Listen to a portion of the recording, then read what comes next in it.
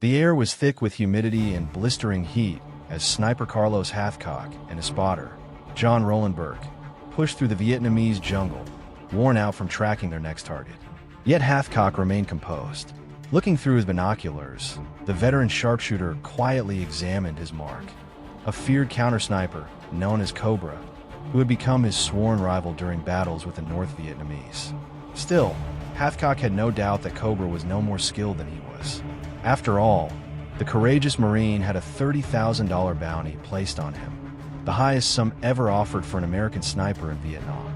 After their first confrontation ended without success, Cobra and Hathcock plunged deeper into the jungle, playing a dangerous game of hunter and hunted, until the two men finally came face to face. With both rifles raised, the standoff that followed would go on to solidify the White Feather sniper's legendary status in the Marine Corps. The White Feather. Carlos Hathcock completed 2 tours during the Vietnam War. The 5'10", 120-pound sniper was known for never taking a voluntary day off, and he accepted so many high-risk missions that his commanding officer eventually had to confine him to his quarters for his own safety. Hathcock primarily used a Winchester Model 70 rifle chambered in .30-06, equipped with an 8-power unertl scope, although he occasionally employed an M2 Browning machine gun. It was with the Winchester that he achieved a historic confirmed sniper kill at a distance of 2,500 yards, a record that stood for 35 years. As his reputation spread among the Viet Cong and the North Vietnamese Army, the enemy began calling him Du Kich Long Trang, the White Feather Sniper, a nickname inspired by the white feather Hathcock wore in his bush hat. He claimed so many enemy lives that his head soon carried a massive price. While bounties for American snipers typically range between $8,000 and $2,000, Hathcock's reached an unprecedented $30,000. At one point, after a sniper unit was sent specifically to eliminate him, many Marines in his unit donned white feathers themselves, confusing the enemy and making the counter-sniper's mission nearly impossible. Despite the intense pressure and constant threat, Hathcock managed to eliminate every sniper who came after him.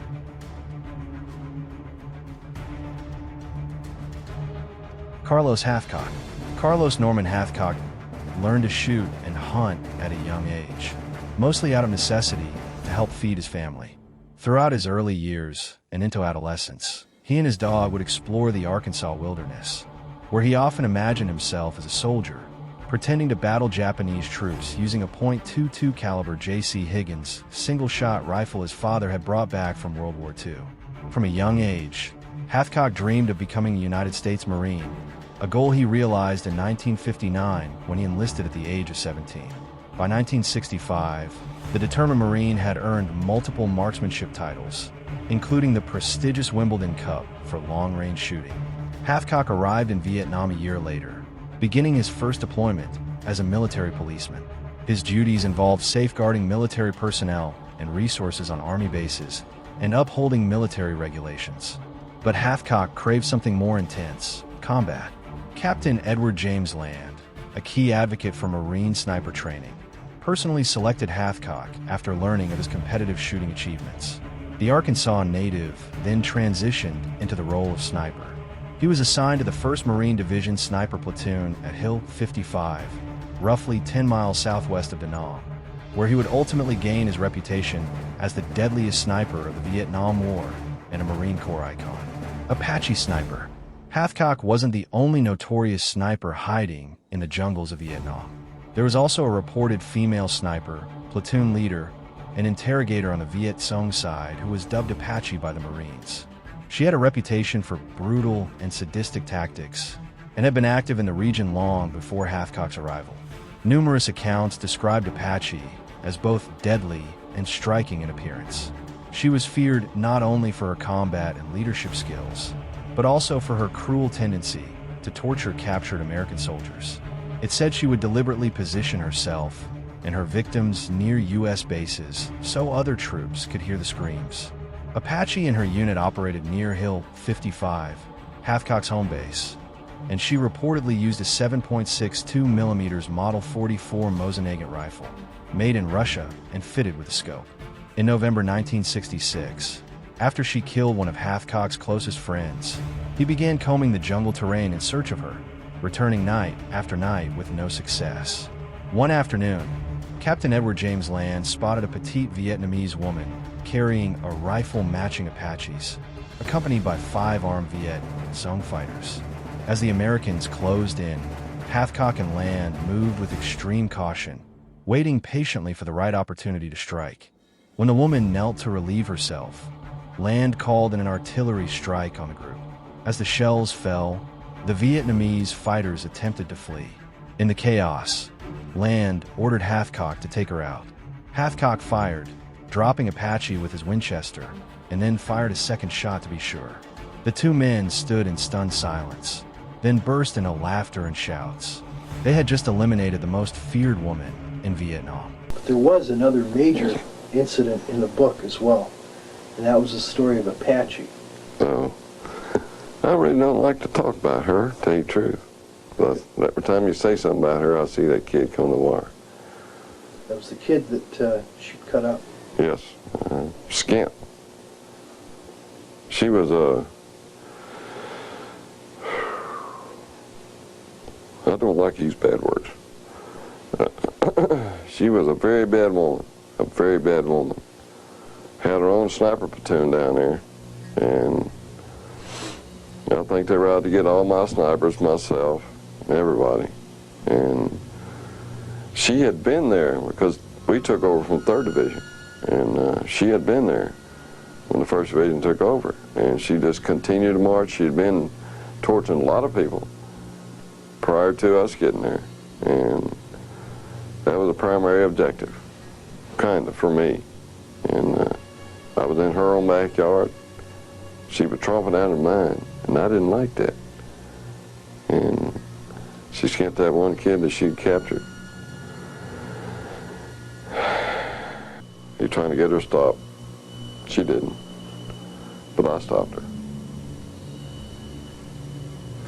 And I put on 1 extra for good measure, because that was the best shot I ever made, I think. The best shot I ever made. A legendary shot. Carlos Hathcock was persistently hunted by a North Vietnamese sniper known as Cobra, a dreaded counter-sniper who wielded a Mosin-Nagant 9130 rifle equipped with a scope. This formidable adversary had made it his mission to eliminate Hathcock and had already taken the lives of several Marines, including a gunnery sergeant who was killed just outside Hathcock's living quarters. Recalling the moment he discovered his fallen comrade, Hathcock said, "I took a vow right there and then. I was going to get him some way or another." He acknowledged Cobra's skill and knew it was only a matter of time before one of them prevailed. Still, Hathcock remained confident. Cobra was good, but not better. One day, Hathcock and his spotter, John Roland Burke, set out from base to track their elusive foe through the jungle near their fire base at Hill 55. When Cobra eventually spotted the Americans, he took aim silently. But by pure chance, Hathcock tripped over a tree branch, causing the enemy's bullet to miss and strike Burke's canteen instead. After the missed shot, Cobra fled deeper into the jungle. The 2 snipers and their spotters unknowingly reversed their positions in the thick terrain. The tables turned when the sun cast a glare off Cobra's scope, revealing his hidden position. Hathcock caught the flash in the brush and fired instantly, striking his opponent. Upon inspecting the body, Hathcock was astonished to find that his shot had traveled straight through Cobra's scope, hitting him cleanly between the eyes. He took the rifle with plans to keep it as a war trophy, but it was later stolen from the armory at base. And I figured he was close to being as good as I was, but there ain't no way. Ain't nobody that good. So, and you got to think like that too. You got to think like that. And I made a mistake. I fell on an old rotted tree, and he made a shot and hit my partner's canteen. And Burke and I both thought he was hit because all the warmness running down over his legs and stuff. And I noticed the hole in his canteen. "You ain't hurt." Yeah, "You ain't hurt, just you killed the devil out of your canteen, that's all." And we moseyed around and mingled around, and he started running. The bad guy started running now. And we worked around to where I was in his old spot. He was in my old spot, which was a bad thing for him because he was facing the sun by that time. That was afternoon by then. And the sun glinted off his lens of the scope, I guess, and which I didn't know at that time. But I saw the glint. I shot it where the glint was, and it just happened to be the right time. And by looks of things, I was just the quickest on the trigger. Otherwise, Andy'd kill me. How do you know that? Excuse me? How do you know that? Otherwise, he would have killed you. Oh, how do I know he would have killed me? Because I shot right through his scope, right straight through the scope. Didn't touch the sides. Didn't touch the sides. And it didn't do his eyesight no good in that side either. A Marine through and through. After a series of high-risk missions, U.S. military officials concluded that Hathcock was mentally and physically burned out, and they discharged him in 1967. But just a week after returning home to his wife and child, Hathcock re-enlisted. He wasn't trained for anything else. He was a Marine to the core, determined to continue defending his country and his fellow soldiers. He was assigned to the rifle instruction team at Quantico, Virginia. However, the role didn't satisfy him, and he was eventually redeployed to Vietnam to lead a sniper platoon.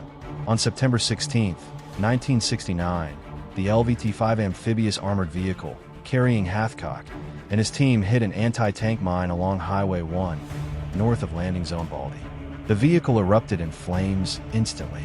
Hathcock, ignoring his own safety, repeatedly ran into the inferno to pull out his comrades. He rescued 7 Marines before collapsing in a nearby rice paddy, unaware of the extent of his injuries. Other Marines quickly came to his aid and submerged him in water to ease the burns. Hathcock and the 7 men he saved were evacuated by helicopter to the hospital ship USS Repose, then transferred to a naval hospital in Japan, and finally to the Brooke Army Medical Center burn unit in Texas. He suffered burns over 43% of his body, including severe third-degree burns, effectively ending his career as a combat sniper. While recovering, Hathcock was awarded the Purple Heart, followed by the Silver Star for his heroic actions during the incident. The Marines attempted to retire him again that same year, but he wasn't ready to give up just yet. Quantico, though only 27 years old, Hathcock still had the desire to serve in combat, despite walking with a limp and facing increasing mobility issues. As a compromise, senior military officials reassigned him to Spain, where he served as a gunnery sergeant aboard the USS Simon Lake, a submarine tender. However, in 1975, a newly appointed commander noticed Hathcock's deteriorating condition. He could barely move without assistance. The sniper was sent for medical evaluation, where doctors delivered devastating news. He had developed multiple sclerosis. Following the diagnosis, Hathcock returned to the Marine base at Quantico. There, he played a key role in founding the Marine Corps Scout Sniper School, where he trained not only Marines, but also law enforcement agencies and elite units like SEAL Team 6. Despite the chronic pain from his injuries and worsening illness, Hathcock remained committed to teaching the next generation of snipers. But his condition gradually worsened. In 1979, he collapsed in the middle of a training session, with his mobility completely gone and just 55 days short of reaching 20 years of military service. The legendary sniper was finally forced to retire. Legacy. Carlos Hathcock remains a revered figure in the history of the U.S. Marine Corps, and his legacy lives on through an award named in his honor, the Gunnery Sergeant Carlos Hathcock Award. This distinction is presented annually to recognize individuals who have made substantial contributions to the operational use and tactical development of small arms systems, thereby enhancing the effectiveness and preparedness of the U.S. military or law enforcement agencies. In an interview, Hathcock once explained that his survival as a sniper depended on his unique ability to enter a state of deep concentration, what he described as a mental bubble. In that space, everything else faded away, and only the environment, his weapon, and the target existed. By the end of his career, Hathcock had nearly 100 confirmed kills of Viet Cong and North Vietnamese personnel. However, because confirmations required a third party, other than the sniper spotter, the actual number is likely much higher, with estimates ranging between 300 and 400 enemy combatants. Despite his effectiveness, Hathcock always maintained that his purpose was never the killing itself. It was to protect American lives at all costs. Alright, now I gotta hear from you. Carlos Hathcock, the White Feather, or Simo Haiha, the White Death? Who do you think was the greatest sniper of all time? Drop your pick in comments. I'll be reading and replying to some of the best takes. And don't go anywhere. If this story had you hooked, make sure to like, subscribe, and turn on notifications so you're always locked in when we drop new content. See you in the next one.